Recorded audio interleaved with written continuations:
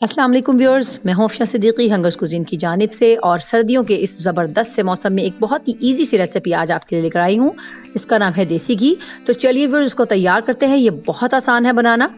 इसको बनाने के लिए जो चीज़ चाहिए वो है बटर, जिसका लिंक डिस्क्रिप्शन में है। मैं आपको पहले बनाना सिखा चुकी हूँ। जब भी आप मक्खन बनाएंगे तो उसमें से जो एक मॉइस्चर अलग होगा, वो दूध जो होता है उसे छाछ भी कहते हैं और बटर मिल्क भी कहते हैं। ये हम बहुत सारी रेसिपीज में यूज़ करेंगे, तो इसको बनाने का तरीका मुश्किल नहीं है। जब भी बटर बनाएं तो उसमें से आप बटर मिल्क निकाल कर रख लीजिए। व्यूअर्स, पहले हम घी बनाने के लिए पहले हम बटर को देगची में डालेंगे और कुछ देर के लिए हम आंच को तेज करेंगे, ताकि एक दफा हमारी देगची अच्छे से गर्म हो जाए। जब हमारी देगची अच्छे से गर्म हो जाएगी और बटर मेल्ट होने लगेगा, तब हम आंच को स्लो कर देंगे और इसको पूरे बटर को हम स्लो प्रोसेस में ही पकाएंगे, तेज आंच पे नहीं पकाएंगे। व्यूअर्स देखिए, बिल्कुल लाइट से बिल्कुल नीचे आहिस्ता हल्के हल्के से बबल्स आपको नजर आ रहे होंगे, ये फॉर्म होना शुरू हो गए हैं। तो अब मैं इसको आधे घंटे के लिए हल्की आंच पर पकाऊंगी और बीच बीच में हम इसे चम्मच चलाते रहेंगे ताकि नीचे लग नहीं जाए। व्यूअर्स देखिए, आधे घंटे के बाद बिल्कुल घी अलग हो गया है और आप देख सकते हैं नीचे से दूध बिल्कुल जमकर एक साइड पर अलग हो गया है।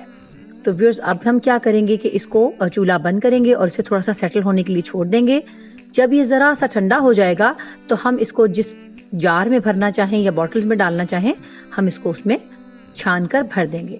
व्यूअर्स, यहाँ पर ये ठंडा हो चुका है मेरे पास घी, तो मैं इसको एक स्ट्रेनर के जरिए यहाँ छान रही हूँ और अब हम इसे थोड़ा सा प्रेस भी करेंगे ताकि इसके अंदर जितना भी हमारा घी है वो निकल जाए। गरम गरम होगा तो इसमें से ये निकल जाएगा सारा। तो जब ये सारा घी स्टेन हो जाएगा, अभी तो बिल्कुल लिक्विड फॉर्म में है, ठंडा होकर ये जम जाएगा। तो अभी हमें जिस बॉटल में भी डालना है या जार में भी हमें इसे रखना है, हम उसमें से ट्रांसफर कर लेंगे। तो व्यूअर्स देखिए, कितना आसान था घी बनाना और ये हमारा घी बनकर तैयार हो गया है।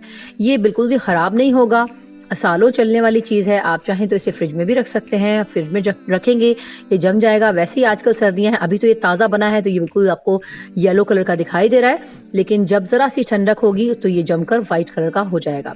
तो व्यूअर्स, ये बहुत ज़बरदस्त सी खुशबू मेरे किचन में महकी हुई है। ये ज़बरदस्त सा होममेड देसी घी ज़रूर बनाइएगा, बहुत सारी रेसिपीज़ के अंदर इस्तेमाल होता है।